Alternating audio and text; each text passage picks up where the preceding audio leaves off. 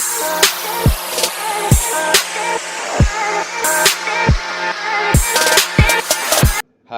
This is Rajib. আসসালামু আলাইকুম। Video এডিটিংয়ের আজকের টিউটোরিয়ালে আপনাকে স্বাগতম।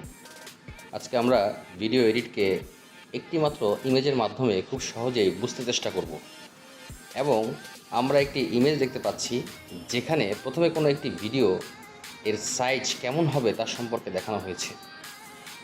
প্রত্যেক সোশ্যাল মিডিয়া অথবা ইউটিউব অফলাইনে আমরা ভিডিও এডিট করতে চাই, সেই ভিডিও ডিসপ্লেতে যেমন দেখা যাবে সেই অ্যাসপেক্ট রেশিও অনুযায়ী আমরা ভিডিওর জন্য অ্যাসপেক্ট রেশিও অনুযায়ী প্রজেক্টটিকে সিলেক্ট করে নেব। যেমন উদাহরণস্বরূপ ইউটিউবের রিলের জন্য অ্যাসপেক্ট রেশিও হচ্ছে 9:16, ইউটিউবের লং ভিডিওর জন্য 16:9, ফেসবুকের রিলের জন্য 9:16, টিকটকের ভিডিওর জন্য 9:16, ইনস্টাগ্রামের স্টোরির জন্য 9:16, থ্রেডের জন্য 16:9, টুইটারের জন্য বোথ সাইজই সিলেক্টেড 9:16, 16:9। তেমনি প্রত্যেকটি সোশ্যাল মিডিয়ার জন্যই আমাদের একটি সাইজকে নির্ধারণ করে ভিডিওটিকে এডিট করে সেই সোশ্যাল মিডিয়ার মাধ্যমে আমরা ভিডিওটিকে উপস্থাপন করতে পারি। এবার আমরা বুঝতে চেষ্টা করব ভার্টিক্যাল এবং হরিজন্টাল অ্যালাইনমেন্টের মাধ্যমে অ্যাসপেক্ট রেশিও অনুযায়ী প্রজেক্টকে কীভাবে সিলেক্ট করে সেই প্রজেক্টটিকে আমরা ব্যবহার করতে পারি কোনো সোশ্যাল মিডিয়ার মাধ্যমে। এবার হচ্ছে লেয়ার এবং সিকোয়েন্স সম্পর্কে বুঝতে চেষ্টা করব। প্রথমে অ্যাসপেক্ট রেশিও অনুযায়ী সিলেক্ট করার পর কোনো একটি ভিডিওকে টাইমলাইনের ভেতরে প্রবেশ করালে আমরা দেখব সেই ভিডিওটি এর অবস্থান, সেখানে যে লেয়ারটি থাকবে সেই লেয়ারে একটি ভিডিও এবং একটি অডিও লেয়ার দেখা যাবে। এই লেয়ারকে যদি বুঝতে চেষ্টা করি, ধরে নিচ্ছি 1 সেকেন্ড এর ভিতরে 24টি ইমেজ আছে, তখন আমরা বলবো 24 FPS ফ্রেম পার সেকেন্ড।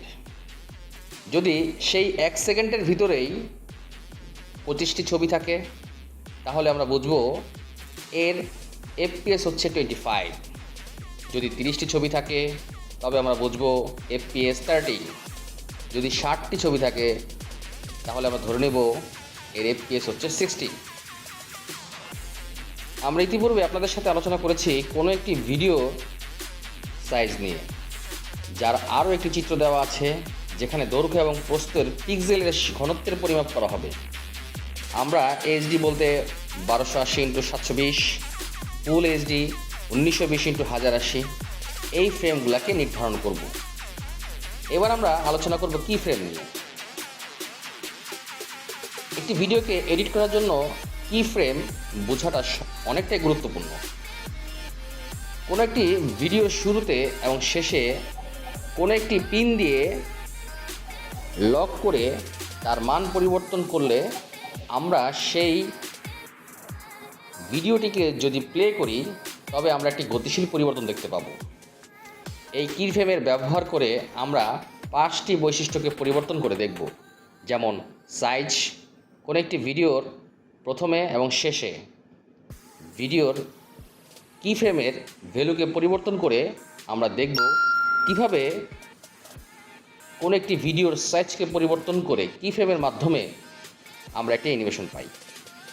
এবার আসবো আমরা পজিশনকেও আমরা পরিবর্তন করে দেখব, রোটেশনকেও আমরা পরিবর্তন করে দেখব। কোনো একটি ভিডিওর মধ্যবর্তী স্থান অথবা যে স্থানকে কেন্দ্র করে ভিডিওটি গতিশীল হবে, অ্যানিমেশন হবে অথবা পরিবর্তন হবে, সেই পয়েন্টটির নাম হচ্ছে অ্যাঙ্কর পয়েন্ট। সেই অ্যাঙ্কর পয়েন্টটিকেও আমরা পরিবর্তন করে দেখব। অপাসিটি অথবা ট্রান্সপারেন্সি এটিকেও আমরা পরিবর্তন করে দেখব কি ফ্রেমের মাধ্যমে।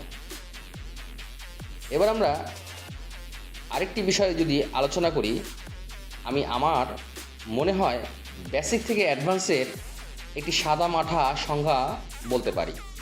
যেমন বেসিকে আমরা কোনো ভ্যালু বসাই না, শুধু তার বিভিন্ন অবস্থানকে আমাদের ইচ্ছে অনুযায়ী পরিবর্তন করি।